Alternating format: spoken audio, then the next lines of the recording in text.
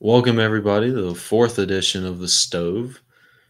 We are your stove heads, David and Jacob, and let's kick this off with obviously the biggest news of the day, which is it's opening day, Yeah. and I'd say probably one of the biggest surprises in the last 3 years is the Cubs winning on opening day against the Brewers, 5-4. Ian Happ goes 3 for 4. Hendricks goes. Let's see, Kyle Hendricks, our starter. He goes 5 1/3, allowing 5 hits, 1 earned run, 3 walks, 7 strikeouts, and threw 83 pitches. And I think one of the more surprising things in this game was how many hits we got off of Corbin Burns and how we were able to get some offense generated against him. He only went 5 innings, allowed 4 hits, allowed 3 earned runs, 3 walks, and only 4 strikeouts. Uh, he threw 83 pitches. Definitely not his best day on the mound. And the first home run of the year goes to Nico Horner against Corbin Burns, which we all saw happening. And then we were able to get some offense generated against their bullpen. Ashby comes in, and Cousins comes in. I don't know their first names. Uh, Ashby comes in for an inning and 2/3, gives up 3 hits, only 1 earned run, 1 walk.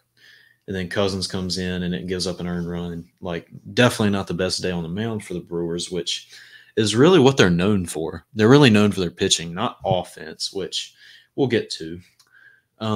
Rowdy Tellez gets 2 hits in this game, and Jason Hayward for the Cubs gets 2 hits, which is amazing. I don't know how that happened. It's lucky. Yeah. Well, I think the main thing to take away from this is Christian Yelich was 0 for 3. And in the ninth inning, David Robertson comes in for the save opportunity, gets Colton Wong out. Willie Adames singles, strikes out Yelich, and is able to get out McCutchen. And I got to tell you, watching Christian Yelich strike out was very, very satisfying. So yeah, that amazing, amazing performance for the Cubs on opening day. I did not expect them to win this game at all. I definitely don't expect them to win the next game, considering our rotation is the equivalent of a dumpster fire. And Who's Woodruff on the mound next? yeah, which is not good. And then Peralta. Yeah, exactly. And then Stroman's on the mound Saturday. Well, I'm more confident in Stroman starting, but yeah, definitely a great start to the season for the Cubs. I don't have high expectations for them this year at all, but I like the way we started off the year. Yeah. So the Braves play today. They play the Reds today at 8 o'clock. Everybody watch. So the Braves, to me, I think it was interesting the starting lineup they announced. Rosario, who hit leadoff basically the entire postseason last year, continues to lead off.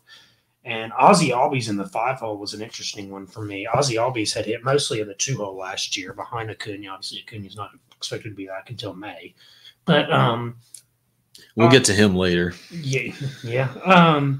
Ozzie Albies actually got moved down. I think it was the 7th spot in Game 6 of the World Series against the Astros. Yeah. Wow. And there he was hitting in the 2-hole, but Ozzy's someone who a lot of times it's a single or a double or it's a bust. He's not known for hitting home runs, even though he did hit over 30 home runs last year.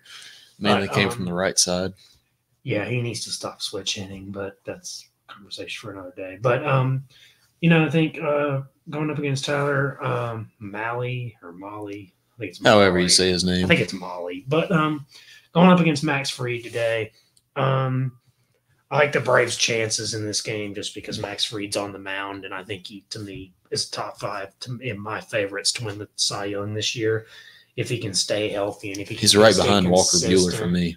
Yeah, and Cincinnati just does not have a lot of hitting anymore. No. Jonathan India, I really like. I was really impressed with him last year. I think he won. Did he win Rookie of the Year? He did. Okay, right. I can remember. It was him or Rogers. But Jonathan India, who won Rookie of the Year, really impressed with him. I think he could have a really good year again with Aquino. Tommy Pham, that's all right. He's going to get a lot of walks. Yeah. He has one of the better eyes in the league. Yeah, Joey Votto, who is old. Tyler Stevenson, who's a really underrated catcher. Nick Senzel. That's just, yeah. Mike Moustakas, who is so overrated. Farmer and Drury. So comparatively, the Braves have the better roster. Of course, it's baseball. You don't know. Anything can happen on any given day. Yeah, like the Cubs winning. Yeah, the Braves don't always have the best opening day luck, but we will have to see. I think Max Fried, the better thing for the Braves this year is that starters don't have to feel the pressure to pitch 7 or 8 innings, because that was a problem last year, was that our pitchers would have to go so far because we didn't have the bullpen to back them up. We have the bullpen this year to be able to back them up. Yeah. So I think that'll really help Max Fried, because if he can get through 6 innings, our bullpen is good enough to finish in 7, 8 in the 7th, 8th, and 9th inning. So yeah, it is. I really like that. The Pirates, they're down 5-0. So back in mid-season form already. They're already in form. Tyler O'Neill, who's 2 for 3, walk, a homer, and already a single. Thought he might slow down. Well, he's not today. That dude is so friggin' jacked. Like, he's probably one of the more jacked players in the league. Yeah. Like, he's insanely huge. Bobby Witt got his first hit today. Really? He doubled to left. Against the Guardians. 8th. He doubled to left against the 8th, and I'm assuming, is that? No, okay, that wasn't against Bieber. No, that was against Tristan McKenzie. Oh, wow. Tristan McKenzie's a good pitcher. But so some games that, to me, that I think people should keep an eye out for this weekend. One of the ones is the Rangers and the Blue Jays, and I know on paper the Blue Jays are a much better team than the Rangers are, but this is our first chance to see Corey Seager and Marcus Semien on the Rangers against pretty elite pitching that the Blue Jays have. Yeah. I guess maybe Gosman will start the first on opening day. Is Gosman pitching tomorrow, maybe? No, Barrios. Okay, so Barrios versus John Gray, which I think could be pretty good. Yeah. But you'll have Gosman pitch one day, too, for the Blue Jays. So, yeah, I think that's a one to really keep an eye out for. Astros Angels could be really good. But another one that I think is a good one to keep an eye out for is Tigers and White Sox. And a lot of young talent on the field in that Very one. much so. And Tigers obviously just getting Austin Meadows, just getting that much better. Yeah. Obviously signing Javier Baez. Yeah. And Casey Mize, one of the brighter one of the pitchers in the minors with the brightest future, I think. Yeah, definitely. And they still and Spencer Torkelson coming up too. Yeah, Spencer Torkelson. Tigers are in such a good spot right now. Are. I mean, they could legitimately win the World Series within the next 3 to 4 years. Yeah. They have that much talent. They do. Other games. Just need to shore up that bullpen. Yeah, other games, A's and Phillies. I'm not interested in that one. Yeah. Rays and Orioles. Adley's not playing, so not interested. Yeah. Dodgers, Rockies, not interested. But you wanted to talk about the Twins and the Mariners. Yes, I wanted to talk about this. I think this might be the game of the weekend because Julio Rodriguez obviously coming up there, like his major league debut. He's absolutely incredible. He's an incredible player, and we'll get to see the first look at Carlos Correa in a Twins uniform. And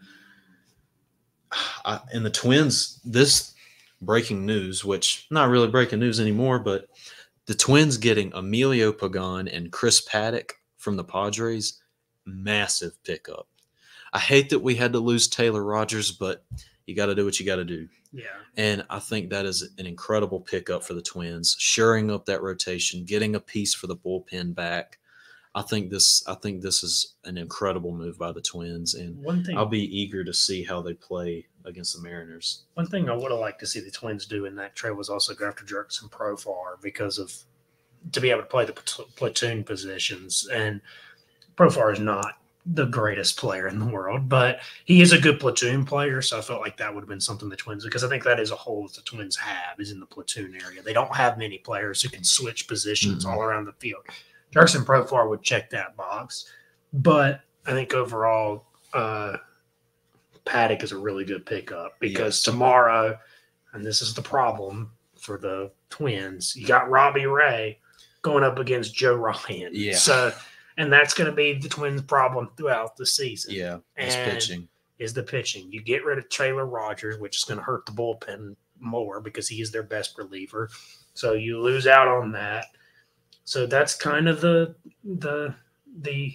worry right now. And Cody Stashak is still out with an injury right now. So the bullpen is a little weak. So I think that we picked up Emilio Pagan, who's a serviceable guy in the bullpen. Yeah. I mean, obviously the Twins have several pieces coming up in the minor leagues. We have Royce Lewis coming up, which Carlos Correa is going to lock down that shortstop for the remainder of his contract. We have Alex Kirilloff, the first baseman in the minors, who I think is going to be very, very good. Twins picked up a lot after the deadline last year. Very good trade deadline. And off season. I'm really liking the Twins front office. I think the front office is really good. They seem to be wanting to spend more. It seems like they're increasing their budget. Yeah. I mean, Twins actually don't have that small of a budget. It's they don't. Not that small. Not as small as you may think it would be. It's not as small. There's a lot of teams that are smaller than Mariners. They've just been snake bitten in the playoffs the past few years. Yeah, but well, not the past few years, but since whatever it was, 2001. Jeez. But so for you're gonna have Syndergaard's not pitching. Okay, but he's probably hurt again. Probably, but Jake Odorizzi against Patrick Sandoval for the Astros and the Angels, and is Mike Trout? He's not back yet, is he? Or is he? Maybe he is. I don't know. If he's back, he's obviously an MVP candidate. Watch it if he's back. I think he'd be my favorite to win if he's back. But I think the Red Sox and the Yankees could be good. You're going to have a rematch of Eovaldi and Garrett Cole. Yeah. Not saying Garrett Cole can redeem himself because he lost the wild card games. I'm not sure he can redeem himself until October comes around. But I think that could be good. And Eovaldi, obviously, at this point, probably the ace since Chris Sales always seems to be in and out of injuries. So I think that could be a good matchup tomorrow. Yeah. And let's move on to some more baseball news, or probably one of the bigger drama stories out of the all season that we've heard. Ronald Acuna Jr. has some very interesting things to say about Freddie Freeman. So before we keep going, everybody remember Ronald Acuna is about 23 right now. So he's still very young and obviously still a kid to a degree. He obviously, as we all know, Freddie Freeman left the Braves this year to go join the Dodgers a few months ago. And he was on a podcast, or not a podcast. It was a live. I think it was an Instagram live. Who was it? The guy that was Instagram live. Yeah, it was Instagram live. It was the guy asking the questions. Something Pujols. But he Pujols. It's not Albert. It was something else. But so basically, this Pujols guy, I guess, was on the Instagram live with him, and during the interview, he said he asked him what he'd missed the most about Freddie Freeman, and he responded pretty quickly and said nothing. So Thursday, today, Acuna said things were made a spectacle of. So basically, he said all this stuff, and today he's basically denied ever saying any of it because somebody, I think, posted it on like Twitter or something. He said, I never said any of that. So I guess he said it last night, but now he's saying it never happened. So not really sure what happened. I don't know. Unless everybody in the world all had the same dream that he said it, I don't think that he really – it obviously isn't that big of a deal. It's just a bunch of drama. But but it does make you wonder. It does make you wonder. And Acuna being one of he's probably the best outside of Juan Soto and all those other guys. He's probably the best under. Yeah, probably. He's probably the best under 25-year-old player in the league. And he's very, very headstrong, and I think he wants to he's cocky. He wants to do everything his way.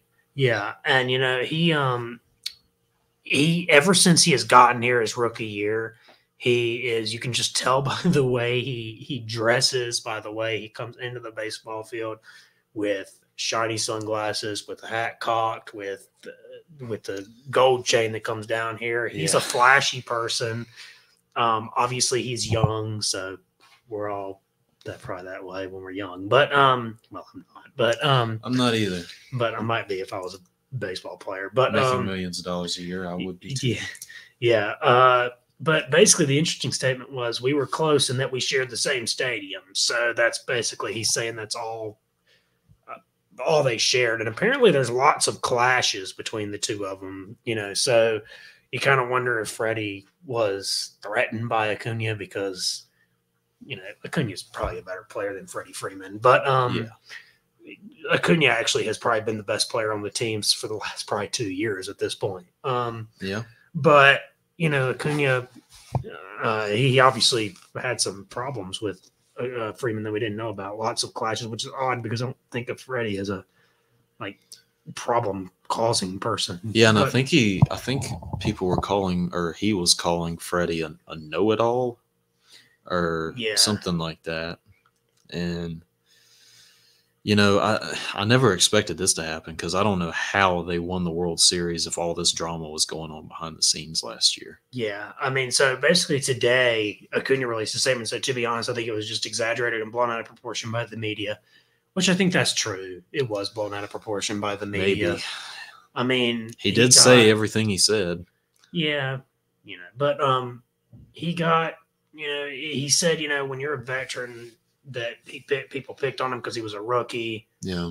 That happens in all sports. That's not unusual. So basically they said that they called him into the office and he had eye black on, like the eye black under your eyeballs.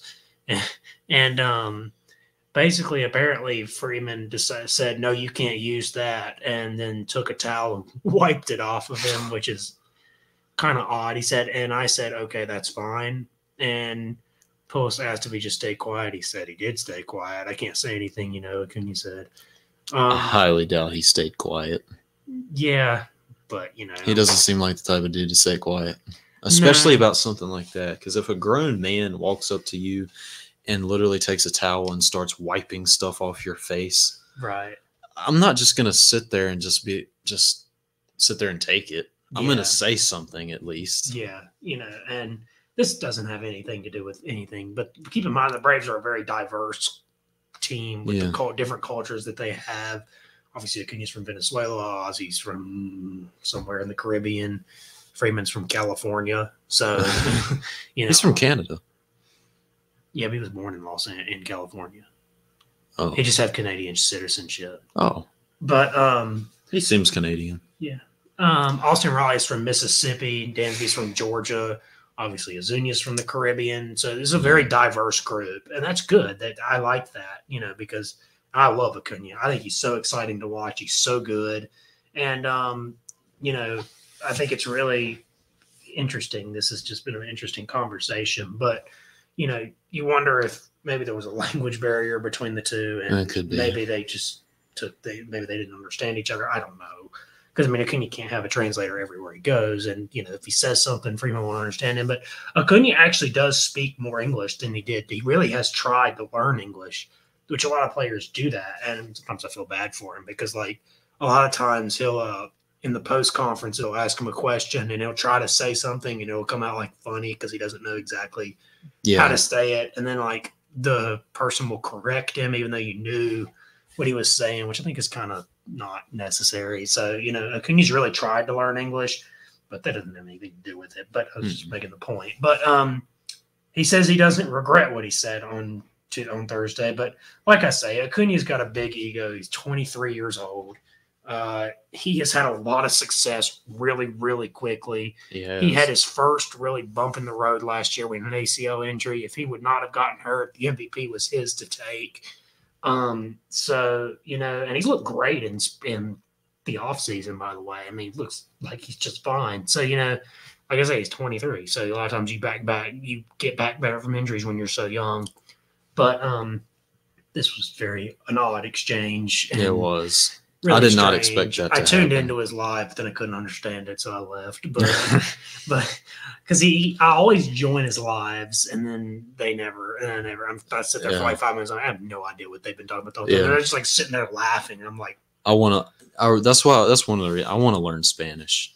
Like, Yeah. I mean, I know we're in college, and I know that you can easily take a Spanish class, but it's easier said than done. Yeah, but I was never the best at Spanish in school, but that's one language I'd really love to learn. excuse me. Yeah, me too. Because I mean, it is. Is it the most popular language in the world? Or I think a form of Chinese might be the most popular, but I think Mandarin. Mandarin, yeah. Yeah, and then But Spanish has to be in the top 3 or 4. Yeah. I mean, a lot of people speak it. So yeah, especially all over North America, yeah, like with the Caribbean and Yeah. obviously Mexico. And yeah. I think a lot of portions of Europe. So Yeah, I think it goes. Mandarin 1, Spanish 2, English 3, and then maybe French 4. okay. I think that's how it But goes. So I always liked watching the little videos of the people trying to because Ozzy's really good at speaking English now, even though obviously he is fluent now. He's fluent in English, Yeah, and he speaks it really well. Acuna does not speak English really very well. There's a lot of players on the Braves that didn't speak English very well, but I just think it's always interesting because Acuna's really made some players don't make an effort to try to learn it. I feel like, but Acuna's made a really big effort. And obviously, he's only been here like 3 years, so it's hard to learn it when you have to play baseball and you have to learn it. So yeah, but he's really tried to learn it. And he's gotten a lot better at it, and I always like watching players do that because it's fun for me to watch. It's interesting for me to watch. But yeah. I think this is just all a misunderstanding. I think it's just maybe a language barrier there, but yeah, I think or it's all maybe a he's just pissed that he misunderstanding. left. Who knows? It could be it too. And then And Rizzo obviously coming out with that quote about how he was commenting on Freddie Freeman going to the Los Angeles Dodgers, and he was basically saying how there's no loyalty left in baseball or something. yeah, which is And interesting. But yeah, but in Freddie's obviously- defense, the Braves didn't really want him back. I don't think, yeah, I mean, considering we they offered traded him for the Matt deal. Olson. We offered without him telling a 5-year deal. We offered him a nice contract, and he didn't want it. So, people forget that the Atlanta Braves is a business. We're not here And- to make Freddie Freeman happy. We're here to win titles. So Yeah, if Freddie Freeman, we're not going to overpay just because it's Freddie Freeman, and I applaud the Braves for not doing that because the Braves' job is not to make Freddie Freeman happy. It's not to make Ronald Acuna happy. It's not to make anybody happy. It's to win World Series and bring them to Atlanta, and that's what they were able to do with Freddie Freeman last year. They decided the best way forward to win more was to let him walk, and they did. Yeah. So, we'll see. I mean, maybe they're wrong. I mean, not every business decision is right, but that's the decision they came up with. So that's just how it goes. But Freddie, there was also a lot of people that say Freddie didn't want to come back. So, I don't think Freddie, Freddie, you never know. I mean, I thought it was interesting that Freddie tried to act like in the Dodgers press conference that he was still expecting the Braves to sign him a contract. That's not almost like he's playing the victim card, which I really thought was really petty. But maybe I don't know. But I think that Matt Olson was a much better decision than going with Freddie Freeman. He's like 5 or 6 years younger than him. and if you think about it, you didn't really give up that much. No, they gave up Pache, who I don't know if he's going to be how great he's going to be. I think Longlears is going to be a good catcher, but Yeah, I don't know if Longlears is ever going to be like a top 5 catcher in the game. So, I mean, he might be a solid hitting catcher. He's not that great of a defensive catcher. So, and we don't have a good defensive catcher now. So, well, Manny Pena, I guess, isn't bad at defensive catching, but Darno is not he's good. not even But- good at either hitting or No, he's not fielding. good at either one at this point. But anyway, Let's transition to the second best basketball player of all time and one of the biggest disappointments in NBA history.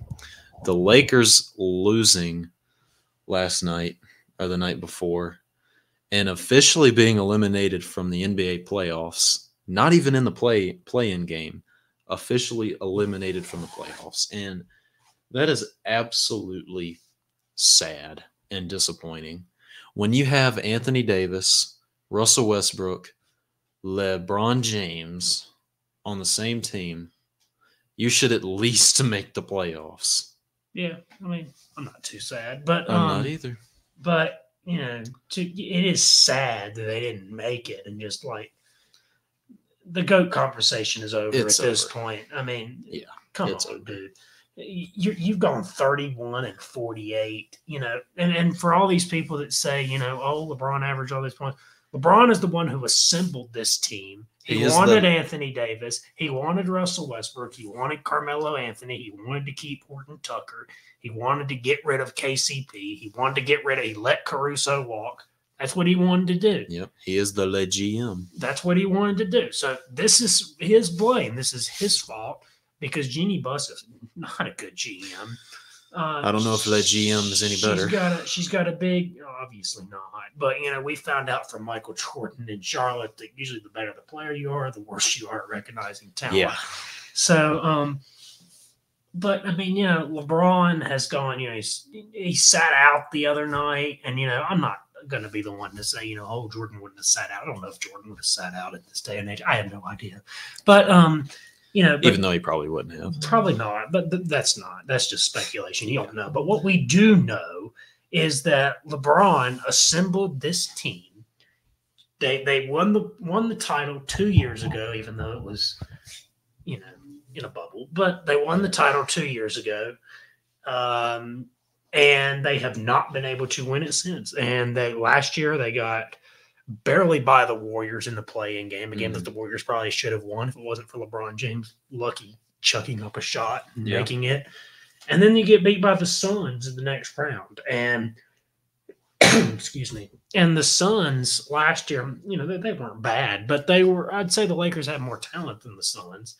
But now LeBron's going to be sitting at home again, and I think LeBron's got some serious decision-making to do of what his next moves are. I know he says he wants to play with Bronny. We'll even see if Bronny even gets drafted, because I don't think Bronny's really that great of a player. He's not this special of a player.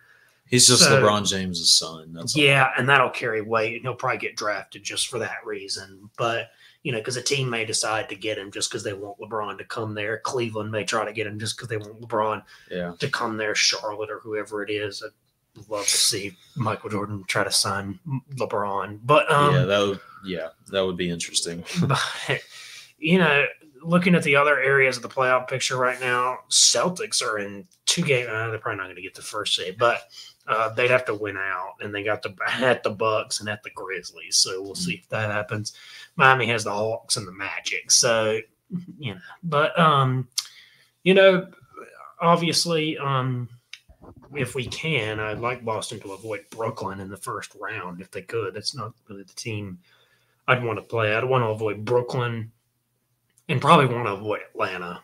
Mm-hmm. I mean, I think Boston could probably beat Atlanta, but still, I'm not really wanting to play Atlanta. I'm definitely not wanting to play Brooklyn in the first round. But Brooklyn does not guard. And Brooklyn, if they do not guard better, will be out in the second round again. I don't care if Durant plays. I don't care if Durant scores 70 points.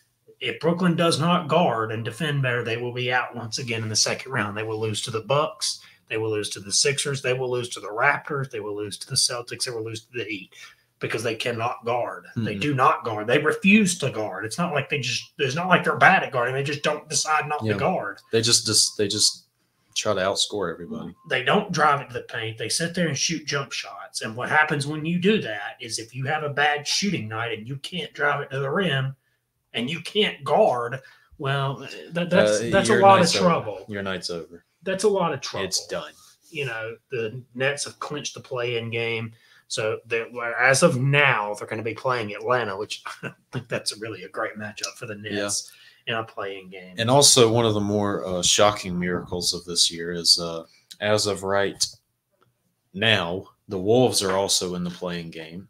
And I am so shocked that this team is even near the playoffs. I never thought in a million years they'd make the playoffs this year. I thought they'd improve, but I didn't think they'd make the playoffs. And one of the more underrated stories of the year is Chris Finch. How great of a job he's done with this team. I think he should definitely be at least in the conversation for Coach of the Year. Yeah. Which he's not even in the conversation right now for some reason. But Yeah. anyways, I mean, to me, I do think Finch should be in the conversation. I don't think Finch is going to win it. I'd say Monty Williams is probably going to be a favorite.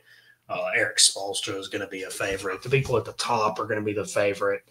Minnesota's 45-35, and especially if they get bounced in the play-in game, because they're going to play San Antonio as of now in the play-in game. They would have home court advantage, but they'd have to win out, and Denver would have to lose out for them for that to happen. Nuggets have the Grizzlies, which could be a loss. Then they got the Lakers, and that'll be a win. So for Minnesota, they got the Spurs, which will be very revealing of how they deal with that. And then they got Chicago. So, Chicago's obviously faltered a lot down the stretch. They're 4-6 in their last 10. But, to me, and we'll make probably some playoff predictions next week on Tuesday whenever the playoff comes out. Yeah. But, I think right now, to me, Phoenix is the team to beat in the Western Conference, and I still think it's between 3 teams in the Eastern Conference. I think it's between Boston, Milwaukee, and Philadelphia. I don't think Miami just has enough right now. I think they're still a year or two away from I know they got to the finals a few years ago, but they just kept upsetting teams to get there, and and not in a bubble situation. Yeah. I don't see that happening. Jimmy Butler cannot shoot. So, we'll have to see, but impressive job by Miami. They're 52-28. It look like LeBron's years. But, the Heat may have to play the Sixers in the second round, and Boston would play Milwaukee. I don't think you can ask for much better the second round matchups than the Heat against the Sixers and the Celtics against the Bucks. But, in the Western Conference, if Golden State gets Steph Curry back, who knows what's going to happen with that situation. Klay Thompson doesn't look like he's missed very much. Mm-hmm. So, who knows what's going to happen in that case. And obviously you got the Suns, the number 1 seed, who've won 65 games this year, which is incredible. Yeah, and they got the Jazz and the Kings. They should be able to beat the Kings, but they may rest players for the last 2 games, so you never really know what could happen there. But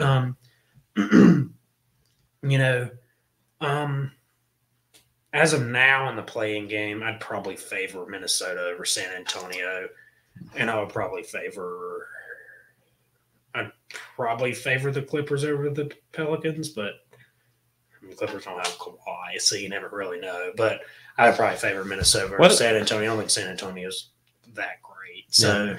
And what exactly happened to Kawhi Leonard? Like, I don't understand what happened to the guy. He's been nowhere. Got hurt. Well, still, it's been years since I've heard anything out of the guy. And when he retires, he's just going to be off the grid completely. I don't think we'll ever hear from him again when he retires. Well, he's one of the most quiet human beings I've ever seen. Well, he still drives like a 2002 Tahoe or something. He drove the same car since he's been in high school. He still drives the exact same car, which is like an 02 Tahoe or something. But it's interesting. But the fact that it's not even that he drives it. It's the fact that you have that much money. You don't even feel the slightest urge to try to get a nicer car. Oh, no. I respect that about him, though. Yeah, but the fact that you don't even have an urge to get a nicer car is he probably does, but probably does, but he just doesn't and doesn't do it. Yeah. But I mean, they say Kawhi could come back for the playoffs. I don't know. Kawhi doesn't ever have a sense of urgency to be able to get back to things. But, it'll be interesting to watch. So we'll just have to see. This week on The Boys. What news do we have on the Cowboys today? Well, I guess we're still monitoring that Jerry lawsuit. Yeah. Obviously paying out $3 million to a child that he didn't want known. Yeah, which and he gave Range Rover. A Range Rover and like $70 million or whatever he gave him. Yeah. But as of right now, no new news on the Cowboys. Probably the most shocking thing is that nothing happened. But probably the most shocking thing of the week. Do you believe the Cowboys should still be favored to win the NFC East? It depends on how good the Eagles draft goes. If they hit on a couple of guys, I think it's the Eagles division because the Cowboys had to cut a lot of players this offseason because of the Dak contract. But, But I don't think anyway. the Commanders really. No, they're not a threat, and neither are the Giants. No. But let's move on from that, and let's go into one of my favorite segments. It's Hoss Hot Moment.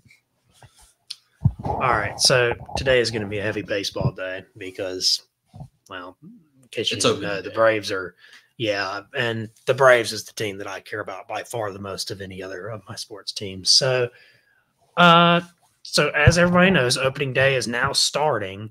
I just find it very interesting the opening lineup that the Braves are deciding to go with today. First of all, we have Azuña batting in the cleanup role, which basically tells me that they think he's their best power hitter, which he was not in the spring training. I can tell you that. And we have Swanson in the 9-hole, and I don't think Swanson is anything special of a hitter, but I think he's better than d'Arnaud at hitting, and I think he's probably better than Alex Dickerson at hitting. So, but we got Duvall in the 6-hole. He'll go 0 for 5 unless he hits a home run tonight. Ozzie in the 5, which is I don't know, but the Braves, I'm happy with the moves that they made over the offseason, but there's still a lot of questions surrounding this team. The Braves have always got injury problems. We don't know if Acuna will be 100%. We're assuming he will be. Obviously, if he can stop going on Instagram Live and actually practice, maybe he'll get better. But, the Braves, there's not a ton of things to complain about right now. Don't worry, this segment will get a lot more heated when the Braves actually start. And you're lucky that they didn't actually play the Reds before this segment, because if they did, this might be a heated one. But Might be a couple of F-bombs dropped. yeah, multiple. But there will be tonight. I know that. But the Braves, they got the Reds, and all I can say is win opening day. I don't think the Braves have won an opening day game in about 5 years. It feels like they started the year 0-4 against the Phillies last year. The Phillies, you heard that right. And that's just the Phillies to the Braves roster is such an inferior team compared to what the Braves offer. And for you to start out 0-4 it's just sickening. And you got the Reds. Listen, beat the Reds.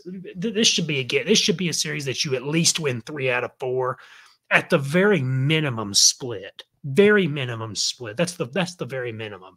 Yeah. If the Braves go in here and lose 3 out of 4 or get swept, then we're going to have a problem, a big problem, because it's just, and Braves have some tough series. They got a Padres series on the road, which I'm really looking forward to here next week. They got at the Dodgers. That'll be fun. So, Marlins, they got the Cubs, they got at the Rangers. Obviously there's one series in there we really don't got to worry about at all. But, excuse me. But, the Braves, I don't know. I think the Braves have a great chance of repeating right now. We did what we should have done at the All-Star break last year, which was go out and get more bullpen help, which, in case you didn't know, I was not happy with the Braves offseason last year. Obviously, I was proven very wrong, but I did not like the moves at the offseason. First of all, I love Pablo Sandoval, so I actually thought they should have kept him because I thought he was the emotional inspiration of this team. But obviously, that was clearly the right decision. But, the Braves would go out and we get Kenley Jansen. We have Kirby Yates, who will come back hopefully by the summer. Colin McHugh, Matzik, Mentor, Luke Jackson, and Darren O'Day. That's the bullpen that the Braves are bringing into this. And Luke Jackson, who can be good at times. And then on the offensive side, obviously we got Matt Olson. We got Ozzie Albies, Acuna when he gets healthy, Swanson, Azuña, d'Arnaud, Austin Riley. And that is an absolutely loaded team. Braves should repeat. They should repeat, or at the very minimum, get to the NLCS and lose in 7 games to the Dodgers, because I think this team can go toe-to-toe with the Dodgers even when Max Muncy and Justin Turner are healthy, which obviously they weren't last year for the 7-game series. But I think the Braves would have beat the Dodgers anyway because I don't think the Dodgers pitching was very good. And I think the Braves actually have the pitching edge at this point, especially when they get Soroka back. They certainly have the bullpen edge over the Dodgers. And once they get the pitching back, I don't trust Julio Urias at all. I think he's good, but I think he's a little overrated. I think that Walker Buehler is actually underrated. I don't think people talk enough about how good Walker Buehler is. I mean, this guy is going to win multiple Cy Youngs. He's so good. Kershaw's getting old. Dustin May could be good. Who knows? We don't know. But he's still very young. Gonsolin is a bullpen piece. So the Dodgers obviously have some questions. I think the Braves have it. The Braves don't lose to the Mets. Don't lose the division to the Mets. Don't let that happen. Please don't let that happen. If you get swept in the NLDS, okay, don't let the Mets beat you out for the series.